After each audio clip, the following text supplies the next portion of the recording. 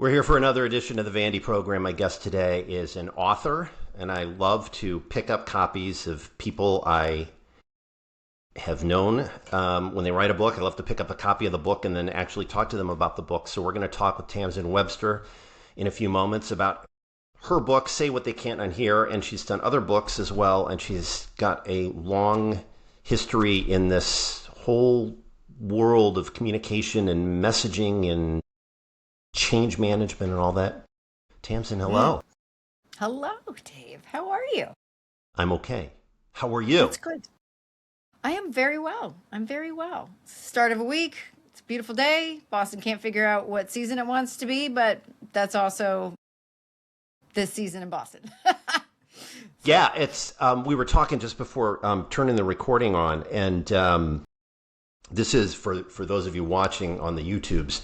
This is June 1 when we're recording this, and it is mystery weather pretty much everywhere, and also and I don't want to yell at the weather apps, but I think all of the weather apps are competing with themselves for the most sensational or something, because they're always wrong. Yeah, I try to triangulate, and even then it's just like, y'all don't even know. Yeah. And I'm like, we had like 80s over the weekend, and it was supposed to be 72 maybe. So no, yeah, that was we're gonna get off. that in a couple days. We're gonna get your 80s in the middle of this week. Yeah, so, yeah, but it's like 60 right now. So, and it's June, so high. Yeah, when June starts, I mean, people talk about March in like a lion out like a lamb, but June to me always is kind of similar-ish, where if the beginning of June is really dark and which it kind of is today, it doesn't bode well for the rest of the month and the rest of the summer. I've had a few of those Junes, but we're not here to talk. Yeah, we're not here to talk about weather, though, are we? I mean, we can. But it's a good way to establish common ground. I mean, yeah. Chicago's got I love the vibe of Chicago. It's got the same, very similar kind of felt history to it. Spectacular architecture, great baseball teams, or at least a great baseball sense. Well, it's all good. Basketball. We've got a thing now, though, and not to talk too much baseball, but we have two teams, and actually the White Sox, who are the Pope's team, have a better record than the Cubs right now by a game. And the White Sox are a game out of first place. Wow! But this is a White Sox team that set the record for futility a couple years ago, and then the Pope. Lo and behold, we have an American Pope, and then the White Sox, don't discount it. Yeah. So Anyways, we're all in a complex adaptive system. Who knows? Yes. Speaking of complex things, so Say What They Can't Unhear. The 9 principles. It's not complex. I was trying to be the opposite of complex. I was trying to take complex things and make them simple, make the simple profound and the profound simple. Well, that's what I was actually going to say, is that this is it's a digestible book. You're not gonna get through it and be like, what did I just read? You're not gonna have to. I mean, there are a couple of words that you may need to look up, like ambivalent. I always get hung up on ambivalent. Like, is that a good or a bad thing? Neither. That's exactly the point. Yeah. But I guess, Tamsen, the question one is what prompted you to write this book in particular? I got mad. Well, it's not so much that I got mad once. It was like a lifetime of madness. Mostly, so I've come to my views. So first, important piece of information. I've spent pretty much my whole adult life trying to figure out and understand more about how we can accelerate the understanding and adoption of new ideas. I've done that work from any number of different angles, and as a practitioner, I've tested a whole bunch of things, and I would read anything I could ever get my hands on about why somebody might do something or not do something, or keep doing something or not keep doing something. And what I discovered over time, through a lot of trial and error, was that a lot of the conventional wisdom about how to create change, and more specifically how to drive action around new ideas, essentially like planted the seeds of its own future failure. In other words, a lot of the techniques that people are taught in sales and in marketing and in pitching and in persuasion and influence and change management, often, if they work, and that's a big if, are working on getting a short-term response. In other words, they often are working on compliance and not actually on genuine conviction, like action from compliance, rather than, or just like, I concede, rather than actual conviction, genuine belief in the idea and the reason for acting on it. And I didn't just come up with this. Again, this is like, from testing it and researching it, et cetera. Like, I knew that it was really well established that these things don't work and wouldn't work long term, again, if that kind of one-time change or transformational change or more permanent change was the goal. And yet the conventional wisdom persists. For example, make the pain of the status quo exceed the pain of change. Works in the short term, it's not work in the long term. Happy to explain. So the book came out of just saying, listen, I as a practitioner, I couldn't find all of that stuff in one place. It took like 25 years of collecting it all, and winnowing through what worked and what didn't. So I was like, well, let me write the book I wish I had had, as not only a way to just start to get it out there, but also to put a line in the sand and to give people who are like, there must be some other way to do this, some little baby bit of hope to say, yeah, in fact, there is, and here you go. Well, as you were talking about the idea behind the book, what jumped out at me, and I forget which one of the 9 principles this story was attached to, but you talked about a client that did a really great job of convincing their sales target to become a customer, and then afterwards they were used to challenging the assumptions. So the client went to the prospect and said, here's all the ways that we can help you because you need to challenge your old assumptions. And then once they got them as a customer, now there was reticence to this is what you signed up for, right? But now you have to shift your approach. So walk me through, I guess, that of the 9 principles, where that's from, and how that happened. Yeah. So, okay. And they all kind of, it was, to be honest, they all kind of come at very similar things from different ways. So that one is, so that like, full disclosure, I talk about it as a well-known sales methodology. It was definitely speaking to the idea of the Challenger sales methodology. And again, Challenger works in good hands that understand the nuance that goes along with it.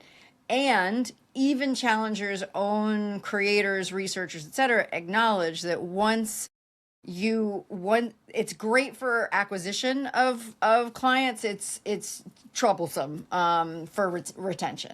Yeah, go ahead. Can I interject 1 second? So when you talk about Challenger, lowercase c, it's a Challenger brand, and the idea is that it's somebody who's maybe an upstart, second, third, fourth place in the industry. They're looking to make waves. They bring something different to the table than, say, the established number one, and correct? Challenger Big C registered trademark, originally a product of research done by the Corporate Executive Board, CEB, it's all through all sorts of stuff now, really found that of the most successful salespeople, they were people who went in and challenged people's assumptions, right? Didn't just, it kind of went deeper. I understand now from all the research that I've done kind of more about what they were doing, but it was really basically saying, hey, the real problem is actually this, not that, right? And that's kind of the heart of Challenger. And you can see some of its traces when people say, "Oh, you've got to solve the real problem, real problem."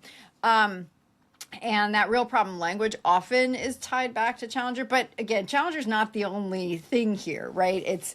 It can be as much as, it can be anything that really is meant to kind of set people back on their heels a little bit, which again, with the wrong intent, or with misaligned intent, let me put it that way, Challenger can violate what ends up being the fourth principle in the book, which is that identity is the greatest influencer. And the challenge of from an identity standpoint is that very well established in psychology in particular, is the idea that people see themselves A, as reasonable and objective, B, they see themselves as more reasonable and objective than everybody else around them, which obviously creates a little bit of math problem. Like, most people can't be more objective.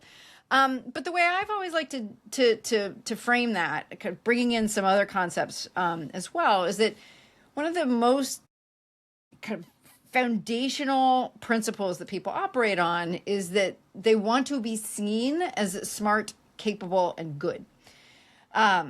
Meaning they want to be seen, think of it as a reasonable human. And they see themselves as a reasonable human because we would not really function as individuals or as a society if people didn't walk around thinking that they were doing the right thing most of the time.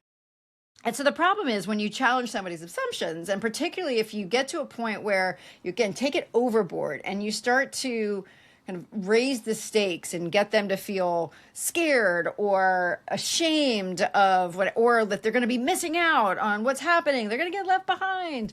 A couple things happen. Number one, their own self-identity as a reasonable person quite literally cannot accept that they may not have made the right choice up to this point, right? So even if in the moment they're like, fine, yeah, I get it. Like, when they calm down a little bit, I'm going to get to that in a second, their brain goes, yeah, that's that person, right? Like, we're different, I'm different, we're doing the right thing, it's working for us. So in other words, like that's a much deeper thing, so that when you challenge someone's assumptions, and particularly if you do it in a way that makes them feel like you think they're not smart, not capable, not good, that could really work against you. So one of my favorite examples of that are those little, like, a pop-up comes up and you're trying to get it out of the way, and then you the button to get it to go away is like, no, I like spending more money. Like, and I'm like, don't be a jerk. Like, that's nasty. Okay. The other thing that happens, though, is that, like, again, the way people process new information, which is what I'm, these days, ultimately everything I do comes down to that. Like, what happens on first contact with somebody else's brain, this idea that you've got. And the thing is that they've got a brain. We've got to give them credit for that. You may not think so, but they do. But that brain is processing that information two ways at the same time. One brain, two processes at the same time. Those two processes operate at two different speeds. Oftentimes, if you're a fan of Daniel Kahneman and behavioral economics, people think of it as the fast brain and the slow brain. The challenge is the one that we're aware of, the one that produces the things that we are conscious of and that we think of as our rational thoughts. That's the slow one, right? And the fast one is the fast one, right? Like, but that's all happening. I like to call it the automatic brain, because the information comes in, processed.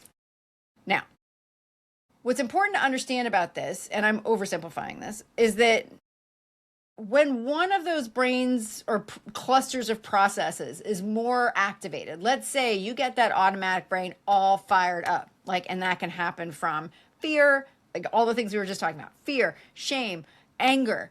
It can also happen from excitement, right? And whatever, you just get so excited about something that they're what's called mutually suppressive, meaning if this one's going, that one's not.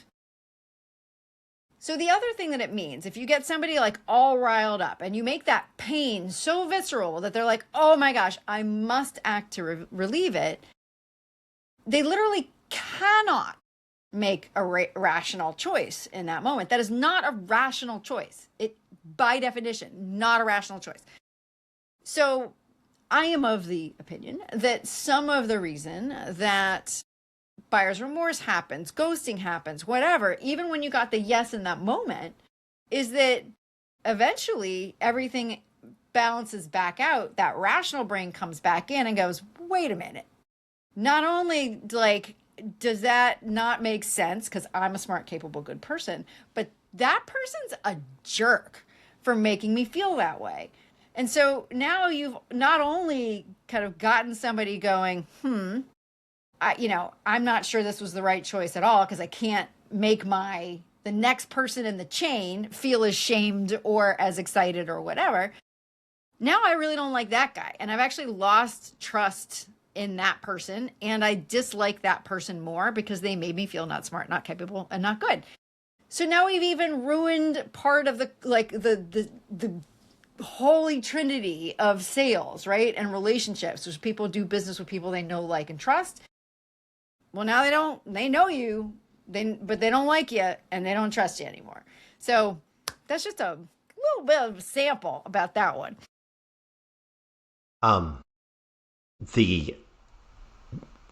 The story in the first principle is changes in an action. It's a reaction. And the story that I thought was really interesting there was, I'm going to butcher the guy's name, Dr. Semmelweis. That's perfect. That is exactly okay. Right.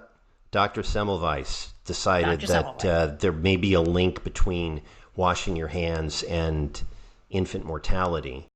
Yes. But he was a little too stubborn about this, and he was also a doctor. Yeah, I mean, it's very complex, as many things are, but he definitely violated very much like that. So I use the Semmelweis story, and particularly I use it in contrast with a story about Florence Nightingale, because she also had a belief about hand washing and kind of patient health. They were both wrong, by the way, about why it worked, but like they were both correct that it did work. So Semmelweis basically comes in. So quick version of the story. He's a surgeon at a teaching hospital, the equivalent of a teaching hospital in Vienna, Austria, I think 1897. And there's two wards, one for the teachers, that are like training doctors on, childbirth and delivery. And the other one is womaned by midwives. And the mortality rate of the mothers in the doctor's ward, as it turns out, was wildly worse. It was much higher. In other words, many, many, many, many more women died in the doctor's ward than died in the midwives ward. And as you say, Semmelweis was like, I wonder why that is. He got an idea when one of the fellow doctors died of the infection that the mothers were getting. And it happened after that doctor cut himself during a cadaver, an autopsy. So he was like, I wonder actually, since we're the only ones that do autopsies, we're the only ones dealing with cadavers, the midwives aren't. I wonder if there's something that we're doing, that we're taking from the cadavers to the mothers. Turns out, yes, germ theory didn't exist, but he was like, what if we washed our hands? Like, what if we just made sure that, Now, what's important to understand is two factors. One is that he is Hungarian in Austria at the time, and Austrians don't think a lot about Hungarians. They think that Hungarians are lesser beings, first of all. Second, that makes what I'm about to say even worse, because what he was implying when he was saying to these doctors, you need to wash your hands, they took that as, you are dirty, right? And that was just not possible in their worldview as gentlemen who were clean by God, right? That's just how they work. And it also went against what the prevailing belief about where disease came from, which was bad air. It just the disease kind of floated around in the air. So that's why, like, if you just open the windows, everybody's fine. No. So he really went at it and said, like, we've got to wash our hands, like, da, da, da. And they were like, okay, fine. But after a while, they're like, you're a jerk. Like, stop being so weird about this. Fired him. By the way, and once the doctors started washing their hands, the mortality rate dropped to match that of the midwives ward. Like, you would think that would be enough data. Great example if data doesn't always change minds. And so they basically drove him out. He goes insane, ends up in an asylum, and then dies of a blood infection, just like the women he was trying to save. It's a sad story. At the same time, it is, again, it's complex, but it is, to me, it's such an interesting example of, and I think we've all had it in our own way as well, when you do challenge somebody, like it's the way you challenge somebody's beliefs, right? The way you challenge what they're doing right now can have everything to do with whether or not they change at all. And what's so interesting, I didn't mention this in the book, but like his name lives on in psychology. It's known as the Semmelweis reflex, which is the name they give to when people reject new information simply because it conflicts with their current beliefs. And they just, boop, nope, I won't take it. So I wanted to use that story to set up the fact that when we think it's only the information, right? Like if we've got the right answer, if we just transmit the right answer, that somehow that will work, like, but that's not it. That, you know, the right answer has to be wrapped in a whole bunch of other stuff that is taking into account the fact that we're interacting with other humans who are complex and have psychologies and previous beliefs and worldviews and all of that. But yeah, Semmelweis is a really good, I love that story. I often open, there's one of my keynotes that I use to open, that I use that story. The opposite is Florence Nightingale, who That's right. was Florence Nightingale, kind of yeah, exactly. She's not a surprise. We know who she is. She's the mother of modern nursing. And yeah, so she was on the, like, just 10 years later, right? So it's like we hadn't learned any more about germ theory, by the way. And I don't know, like, I don't think there's any way to know that she had heard anything about what was happening in Vienna, right? I don't, you know, but she was also observing, because she was also, by the way, one of the earliest data scientists. She invented ways to represent data graphically to help make the point. And one of the things that she was discovering was, when were people dying of wounds? This was during the Crimean War. And what she was observing was that, again, much like there's this huge gap between the midwives ward and the doctor's ward with Semmelweis, she was noticing that, like, by a factor of a lot, I don't remember the exact term, people were dying after battle, not in it, of infections, right? And of sepsis, of blood, of all these other things. And so she was like, well, what is happening, you know, similar to Semmelweis? She was like, well, what is happening after the battle? Like, and her idea was like, yeah, okay, maybe it is the miasma, right, at the same time. But she was like, well, let's just be, like, super safe and just wash everything. But what she did, I think what was really interesting was she never challenged the doctors directly. She just basically said, your job is to, like, save the patient. And then what she positioned the nurses as was like, our job is to keep everything sanitary, right? And it kind of meant you too, guys, but, like, as long as the nurses were washing the doctor's hands, it kind of worked. And so again, in the prevailing views and biases of the day, that was the way to get the idea across. In other words, she really understood, whether that was conscious or not, that she had to operate within the current kind of guidelines, rules, frames of reference, etc., in order to be successful. Even if now we would look at them and go, well, that's silly. But what's never silly, in my opinion, is kind of starting from that ground in which you need to plant the seed of the idea and saying, what seed casing needs to be on this to ensure the highest likelihood of success and growth here.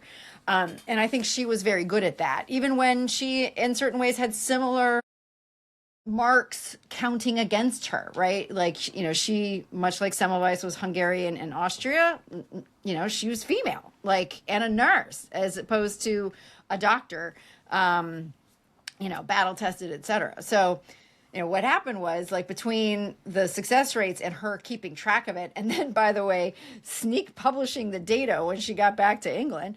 Love that. Sassy lady. People were like, oh my gosh, she got the public on her side to say, we can see that when this happens, when we like clean the hands, something amazing, like we're seeing much, you know, dramatic drops in post battle death. And ultimately what she did was essentially just raised up the goal of saving soldiers' lives as making that the center of attention rather than you're dirty, right? Was, don't we want to do anything possible to save the soldiers' lives? You know, and maybe that's one of the other things. Like, we're talking about like saving the lives of male soldiers versus, you know, women in Austria or in Vienna of various income levels. But again, to me, it's a teaching story, not necessarily meant to be like a, you know, 100% history lesson, though I tried to be as accurate as I could. The one of the principles in the book is principles set patterns. I wonder if you can talk a little bit about how you came to that conclusion. This is one of my favorite. Yeah, this is one of my. This has really become the heart of my doctoral research. And so, how do I want to get at this one? We all know we have beliefs, and there's the beliefs that we say out loud, which there are researchers, Argyris and Schoen, who call those. I love this distinction between what they call the espoused beliefs, to borrow their language, and then there's the beliefs that actually drive what we do, known as the beliefs in use, or the values in use, or the theories in use. Which, if we look at, I mean, I think we've all had this experience as well. It's much easier to spot in somebody else, by the way. When somebody says they value, let's say a leader says they value having equal, everyone's got a voice at the table. And yet, if you were like to run analysis on percentage of airtime in a meeting, it's 90% leader. So even if that leader consciously believes that that's their belief, the operating belief, the one that's actually driving what they do is something else. So the combination of both what we say our beliefs are, because that matches up with our principle set, like our smart, capable, goodness kind of thing as well, but also that those kind of much deeper beliefs that we're often not aware of at all are what drive what we do day in, day out over time, right? We, you know, from our earliest, and I've, you know, come to learn in my dissertation and my doctoral work, that, you know, they're built up by like literally decades of us observing and most often unconsciously absorbing the perceived lessons of things that have happened, right? If you throw a ball up, the ball falls back down. So we learn later in school the principle that guides that, gravity. But just like that happens, much of what we do and much of how we behave in work and in business and in life is driven by these like really deep set beliefs that we're not aware of. And so part of the idea of that principle was to be aware of that, right? Because my work very much operates on the idea the more that we can identify those previously implicit beliefs and make them explicit, like those kind of like under the surface, and bring them up and name them and put them out loud. And the more that we can make them, you know, align with what it is that we actually do. And the best way to do that, by the way, is to work backwards from what you're doing. The more that we can really understand and appreciate where somebody's coming from.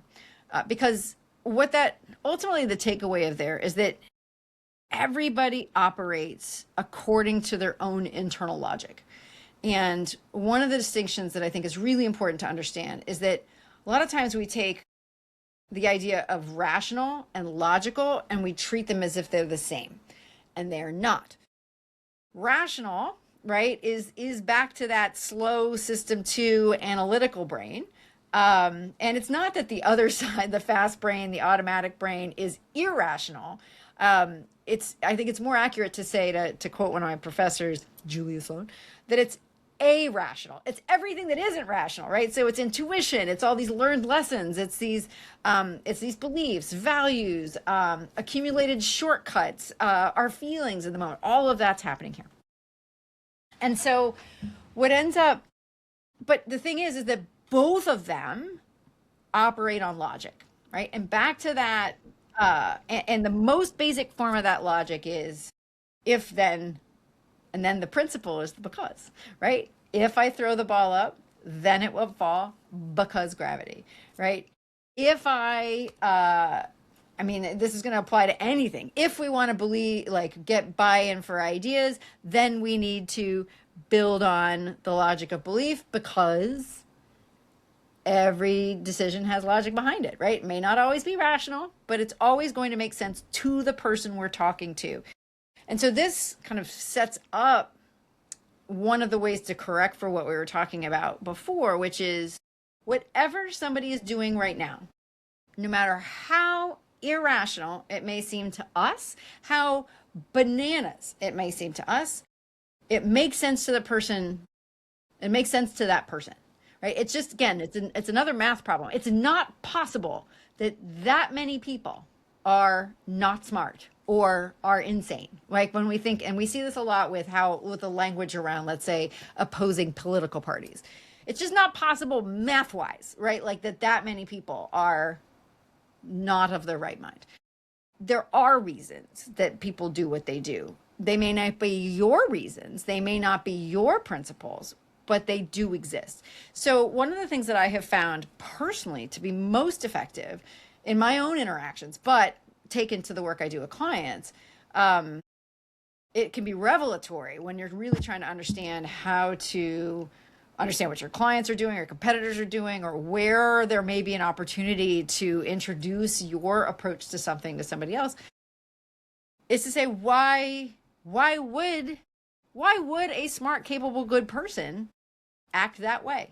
Not when you take, like, they must be stupid off the table, when you take they must be crazy off the table, and you say, no, I'm going to start from the belief, because they believe they're smart, capable, and good, so it must make sense to them. If I start from that perspective, why might it make sense? And what's fascinating is that you do start to understand, again, you don't have to agree with it, but you do start to understand, oh, okay, I start to see why. Again, I understand why, making the pain of the status quo exceed the pain of change, why it makes sense. It does not make, and it does make sense, and it's a good thing to do if you only care about customer acquisition in the short term.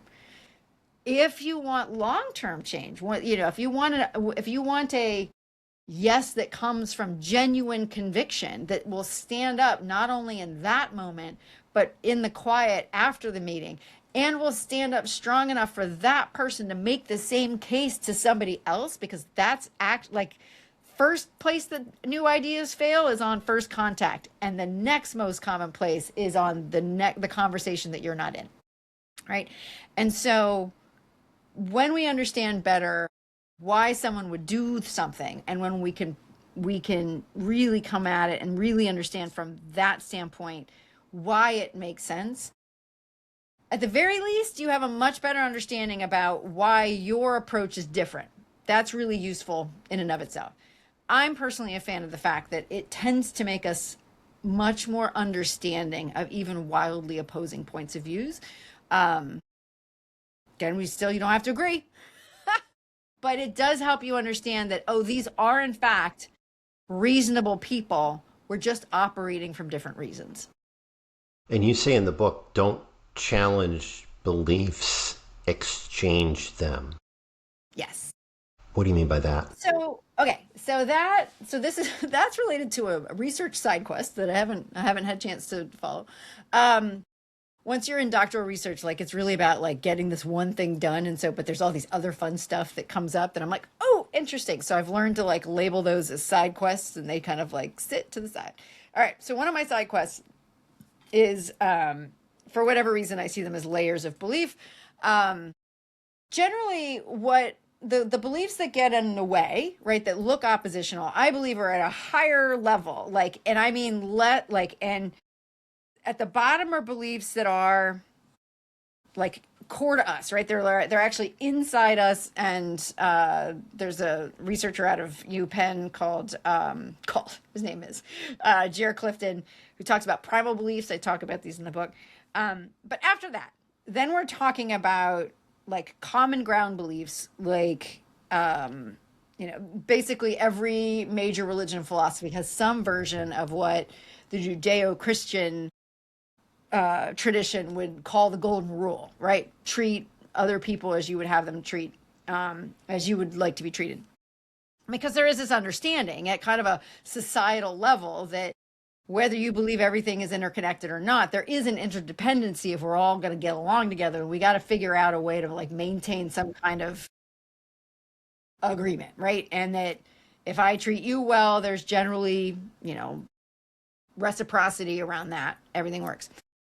It's the further you get away from those and you get into religious beliefs and then political beliefs, etc., like industry beliefs, like those kinds of things, that tends to be, from again my observation, I haven't been able to do this in deep research yet, that tends to be where a lot of the conflict is, where we're saying, well, I don't believe where we're actually we're kind of arguing on it's well, it's kind of the classic positions, right? We're basically saying, I believe this is how we should do this, and I'm saying, and this is how we should do this. Great example. Like, well, I mean, even back to our founding fathers, they were all fathers at that point, you know what I mean, all male. They're baked into our country here in the U.S. is two different beliefs about the way to manage, right? Like that's why we have a Senate and a House. We had a group of people who believed in centralized government and a group of people who believed in a decentralized government where the states were in control. It's baked in. So they agreed enough that we needed a country, but they violently disagree on the right way to do it, right? So, but the reason why I believe that our American experiment worked for so long, current judgment still suspended about what's happening right now, is that the belief, it was that deeper belief that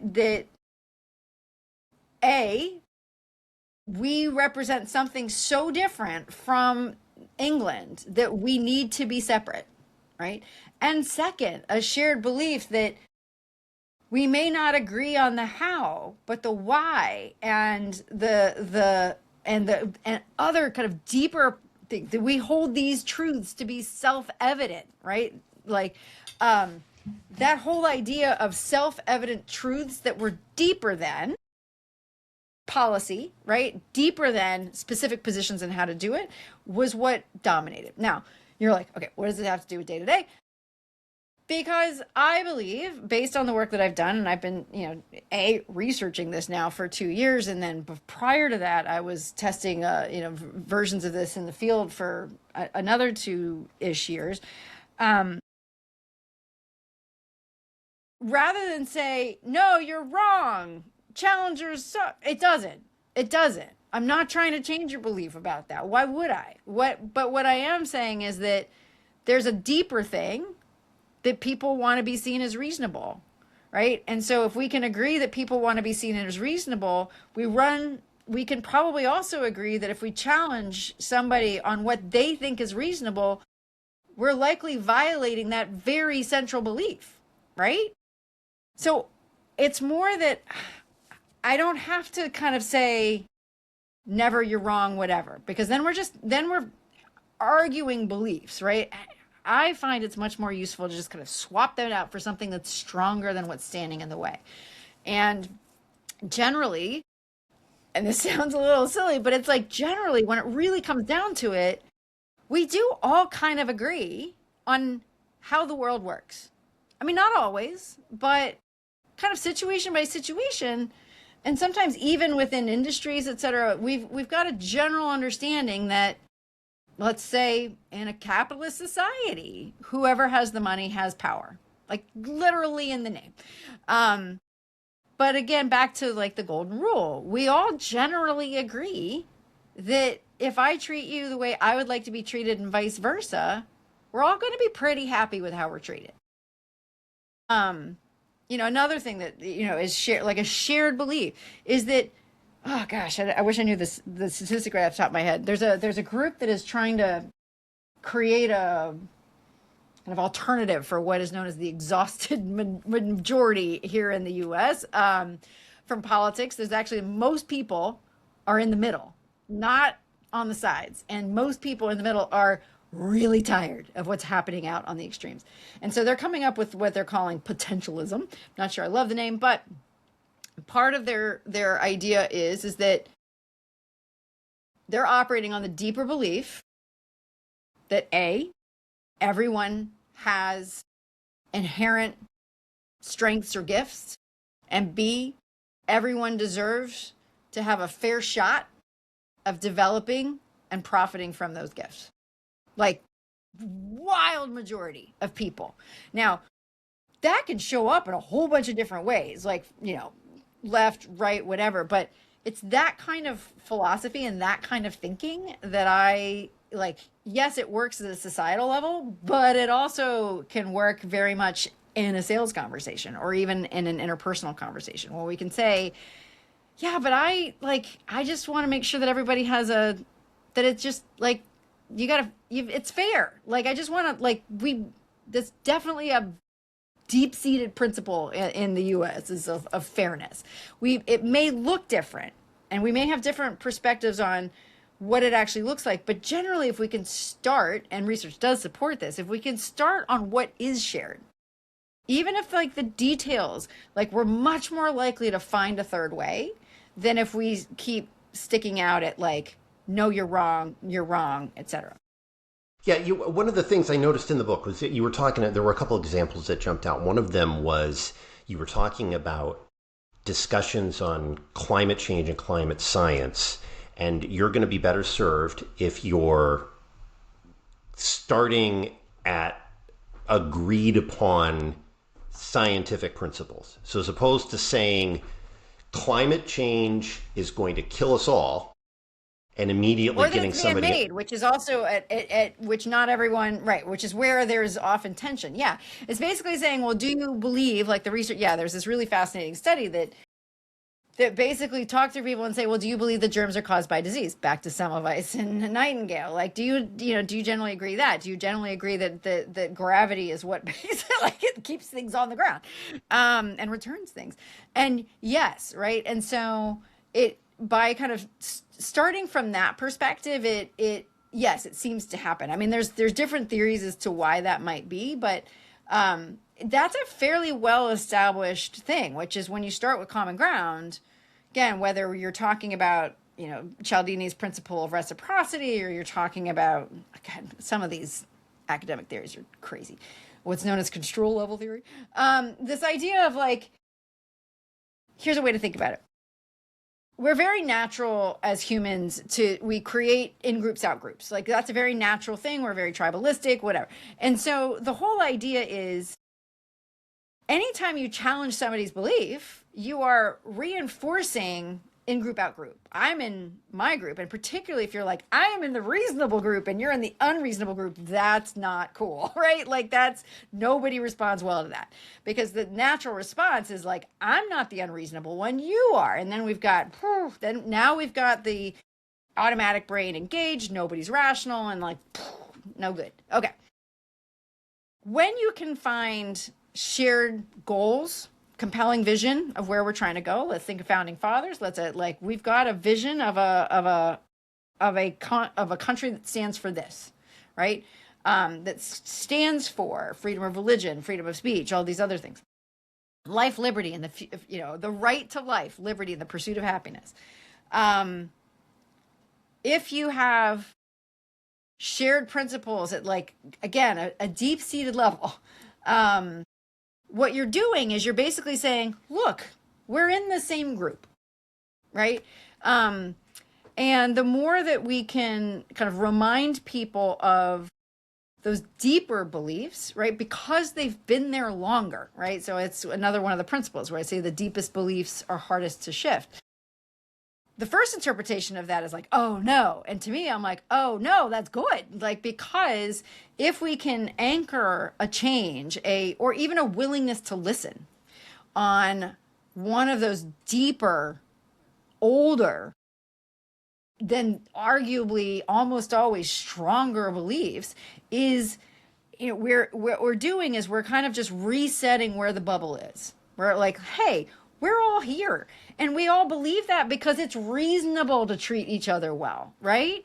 Okay. Now, since we're there and we agree that we're trying for this outcome, now let's kind of build on what we've got, right? And move forward. So, while I'm not the first person at all to say, like, we need to find common ground, what I do seem to be introducing in my approach is this idea of making these kind of implicit justifications explicit. And not only that, but to frame them in terms of these self-evident truths, which contextually can change about what's self-evident to certain groups of people. But again, when it comes down to it, this is what I say in the book, like, math and science generally really reliable, because generally you can, like, most people would agree that if you've got 2 of something and you need no of something, 0 of something, 2 of those things need to go away, right? And most people are like, yes, that's true. Well, that's how I work with a client to understand why what they made, carbon negative building materials, were necessary for any organization that was trying to get to 0 and had building materials that could never be made carbon neutral, right? Like, we have to have things. Now, and that's important because if we don't get agreement on the basic thing, like what it is, if somebody can't even make sense of that, they can't understand it. Like, there's this different step, and this is not in the book, but this is where my doctoral research is now. There is this step. It's called, unusually for academia, sense making. It actually does what it says on the tin. Like, oh my gosh, I understand that. Like, right out of the way. But sense making precedes anything else. It precedes persuasion. It precedes interpretation. It precedes understanding. It precedes agreement, adoption, all of this other stuff. And the reason why kind of those basic principles are so important for sense making is because those are principles that already make sense to people. You see what I'm saying? So by explaining even a new thing through principles that people already know, understand, and ideally already have, like, validated from their own experience are true, you can put those new things together, those 2 familiar things together, in an unfamiliar way, and that new thing will at least make sense. Doesn't mean make sense enough to adopt and change it. But again, when it comes to understanding somebody else's point of view, for instance, I can go, oh, that makes sense. I mean, it can also be used, by the way, to kind of get someone to have to, to get to a point where you either on your own or in discussion with someone kind of reveal the deeper justification for why someone believes what they do. But I'm always trying to figure out, like, how are we trying to move forward? Like, let's move forward. The principle 8 is you can't want it more than they do. And I love that one. Talk to me about the example in that chapter of the farming robot. Oh, yes. Yeah. Okay. So again, so many things apply to this, and full credit goes to my therapist at the time, who, like, this is a classic concept in psychotherapy, which is like, but it's often from the therapist to the patient, right? Which is like, you can't want it more than they do. In this case, the therapist was sharing it with me about somebody else. They're like, you can't. And there's a number of reasons for that. But the particular story was, I do a lot of work because I have this kind of extra focus on novel ideas, like because I'm really fascinated by how do we make meaning of something that didn't exist? Like how can we make sense of something that's literally never existed until somebody invented it, right? Which is what a lot of founders are doing. Like founders are having to make sense of something that did not exist before. Researchers, scientists are often having to do this. So one of my clients, they made a robot. They made autonomous robots that, and they made it particularly like their test market was in wineries in California, and the robot's job was to save a lot of the extra labor that happens in wineries when they're picking grapes, of just literally like trucking the grapes from from the rows to like back to where something else is going to happen. And it's a lot of time, and any time that somebody's moving grapes is time that they're not picking grapes. So that's one thing. Second thing is that there are never enough people to pick the grapes. And so they have a workload that exceeds their workforce. And so the company was like, well, we can do robots. We can get robots that can carry the grapes and do all this. And then they started to load it up with it. They're like, we can map, we can give you all these data or whatever. And then when we went through this process of like, okay, walk me through like what your goal is here and like what the question is that you're answering. And we did get to that. How do we, kind of resolve the tension of, this workload workforce imbalance. And then when we talked about what their deeper principles were, particularly for this audience, about what was necessary, like in order to do that, one of these things was purpose, like fit for purpose, right? Like was, who's using it? How do they and what they meant in that perspective was it's got to be usable by the people who need to use it. And all of a sudden they looked at the robot that they had built and they were like, the farm workers will never use this. It's way more than the farm workers need. The farm workers just need something that's going to truck the grapes. And so they, in that case, kind of like it let them go, oh my gosh, not only does this allow, they redid everything. They kind of redid their, they renamed the company, they changed the thing. But it also had this free prize inside, full credit, Seth Godin, of it made their product a lot cheaper. So not only did they now they had a legitimate reason and claim for simplicity, right? Which everybody was like, yeah, it's simple to use. And they're like, no, we literally designed it back from what the farm workers would want to use because we talked to them. We didn't just presume. And because it wasn't loaded down with all this extra stuff, GPS mapping. And I mean, some of that was necessary, but it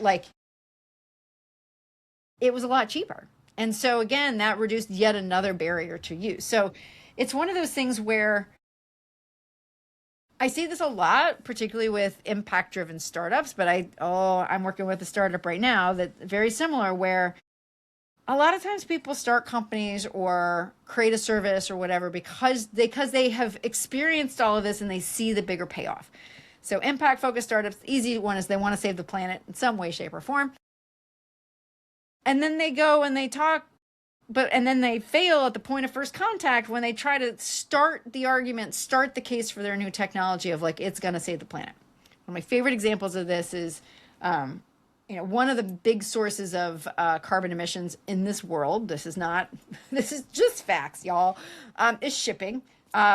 Big cargo ships, just not, they produce a lot of the carbon. It's just how it is. And yet there is a desire regulatorily and from some of their clients and their customers to reduce the carbon emissions. Now, you can have people who are so the people running these shipping companies are shippers, right? They're freight movers. And what they're worried about is, how do we meet these guidelines and we meet these demands for lowering carbon without mothballing our entire fleet? We can't afford to do that. To them, it seems absolutely like, right. And my client had a really good product for this, but when they go in and they're talking to shippers who just want to like get the stuff from A to B, and they're like, we can save the planet, and that's where they start, like, and then they just want people to want that. And I'm like, that's not what they want. Like, you're asking people to want something they don't want. What they do want is a way to do this, to meet those demands without mothballing their fleet. And they're like, well, our thing does that. I'm like, oh my God, start there, right? Like, it's like, hey, if you can capture carbon on board, it just means a little tweak to all your current ships. Like, you don't have to like mothball the fleet. And so it's that kind of thing, right? You can't say, well, they should want it. No, like they may come to want it, but you have to start it with what they actually want, because that's where their momentum is. And frankly, that's where their curiosity already is. And where there is curiosity, there is already a willingness to learn. When you have to force someone to look at something, that's usually not a pleasant experience for anybody, right? But when somebody's already looking, right, they're already open to learning something. And so that's, it's one of those things where it's like, fish where the fish are. And what I mean by that is like, if they don't have the question that you answer, they're not your client. Like, they're not your people. And you can wish that they were asking that question, but they're not. So focus on the people who are, or change the question, right? Like that's ultimately where it can come down to. So in the couple minutes we have left, yes, and here again is the book, what haven't I asked about that's in the book that you want people to my dogs think about? Talk to me about your dogs. No, my dogs actually, I mean, they're kind of like the epilogue, the coda of the book. But because what we're just talking about, really, it does speak to that. So quick version, I have 2 retired racing greyhounds. You might be able to see like the side of one right there. Yeah. And they, having formerly been racers, like when they come off the track or the field, as is the case for one of them, they don't know how to be pets, right? So you have to kind of like you have to kind of teach them to be a pet. They're not used to that. And they've also spent their whole lives like chasing rabbits. And so when they see one on the wharves of Boston, which they exist, eventually you have to kind of like work with them to like not chase the rabbit. So we worked with a trainer when we first got it, because we're just like, we want to like do right by our dog. And this is one we went. And she has often happens where this like beautiful concept comes from a totally unexpected place. And she's like, all right, dogs are simple. She's like, there's 2 rules. They want to keep doing what they like doing, and they want to stop doing what they don't like doing. So the best way to build up trust with your dog, right? And so that they will trust you to do things that are beyond their comfort zone or just at the edge of it, is you need to reinforce that most of the time that you are the way for them to keep doing what they like doing, and you are the thing that helps them stop doing what they don't. Everything else is a negotiation, right? So it's like, if they want to keep playing with their friends and you need to go home, right? Now you're asking them to stop doing something that they like doing. So we need to associate something with it that they want to do, right? To at least like lessen the pain of that, which is why treats exist, right? Like, if I can associate like, hey, I know you want to keep playing, but I also know you really love the treat, or you love a belly rub or whatever. If you come with me, you're going to get something that you want, even though it's going to make you have to stop. Dave, people are no different. This was my big aha, right? Like, I mean, they really aren't. And the thing is that, while we've got language and all that, ultimately, if you think about it, like it really is like the moment she said that, I'm like, thank you, Vivian, right? Like that, like the moment she said that, I'm like, oh my gosh, this changes everything. Because anytime you're asking someone to stop doing, again, not just something that they like doing, but to get, to kind of bring it all back to what we've talked, what they think is reasonable, right? Or to get them start doing something that they don't want to do, that they don't like, that they think is unreasonable, you are already signing up for a much more difficult like task than if you can help someone continue to do something, or actually accelerate their path to something that they want to be doing, or accelerate their path off of something they don't want to be doing.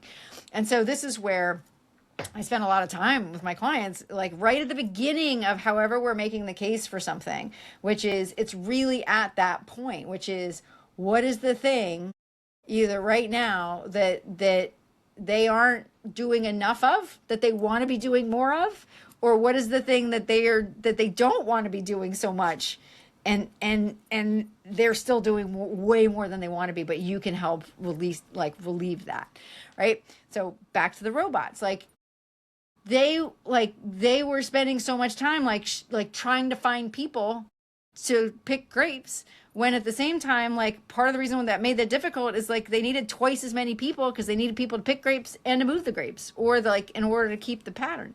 So it's like, if we don't have to have as many people but the grapes still move, aha, now we've got something. So that's what I wanted you to ask me about, was my dogs. Also, I love my dogs. Okay, that makes sense. And I guess the final thing is, where can, in addition to buying the book, where can we find you online? Where can we find more stuff that you've done?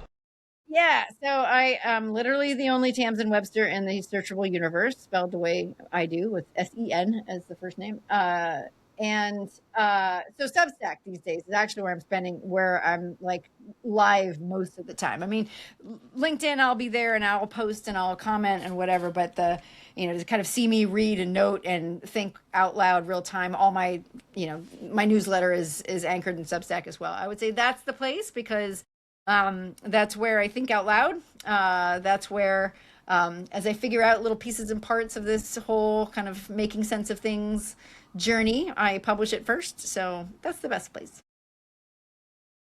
Tamsen Webster, thank you so much. The author of Say What They Can't Unhear.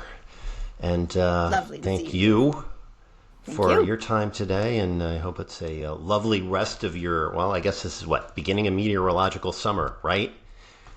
You wouldn't know it. They call it that. I guess. Yeah. Yes, so I said my rabbit this morning. Like, let's hope. So there we go. Cool. Thanks so much. My pleasure. Thanks, Dave.